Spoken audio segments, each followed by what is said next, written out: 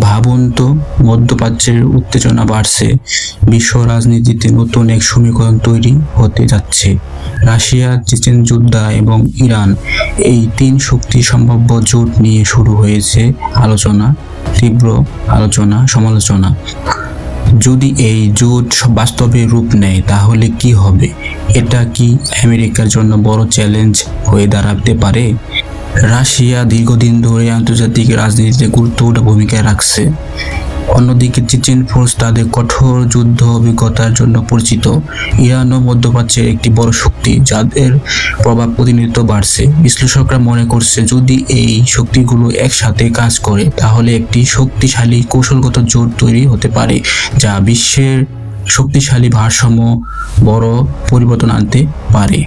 এমন পরিস্থিতিতে যুক্তরাষ্ট্রের উপর কূটনৈতিক ও সামরিক চাপ বাড়তে পারে। বিশ্বজুড়ে জোট রাজনীতি আরও জটিল হয়ে উঠবে এবং আন্তর্জাতিক সম্পর্কে নতুন মোড় নিতে পারে। তবে এখনও সবকিছু বিশ্লেষণ এবং সম্ভাবনার মধ্যে সীমাবদ্ধ।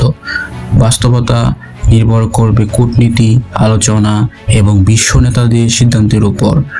এরই মধ্যে আমেরিকা এবং ইরানের যুদ্ধের উত্তেজনার মধ্যে চেচেন যোদ্ধারা ঘোষণা দিয়ে দিয়েছে যে আমেরিকা যদি ইরানের স্থল অভিযান শুরু করে তাহলে তারাও আমেরিকার বিরুদ্ধে সর্বশক্তি নিয়ে মাঠে নেমে পড়বে ইরানের পক্ষ হয়ে আমেরিকার বিরুদ্ধে। সেক্ষেত্রে উত্তেজনা আরও বেড়ে যাবে এবং শেষ পর্যন্ত আমেরিকার পরাজয় হতে পারে। আপনি কি মনে করেন এই ধরনের জোট ভবিষ্যতে দেখা যেতে পারে এবং আমেরিকার সাথে যুদ্ধ লেগে গেলে আমেরিকা কি পারবে নাকি হেরে যাবে? কমেন্ট করে আপনার মতামত জানান এবং আমাদের চ্যানেলের পাশেই থাকুন। সাবস্ক্রাইব করে আমাদের সাহায্য করুন যাতে এরকম ভিডিও আমরা আরও দিতে পারি।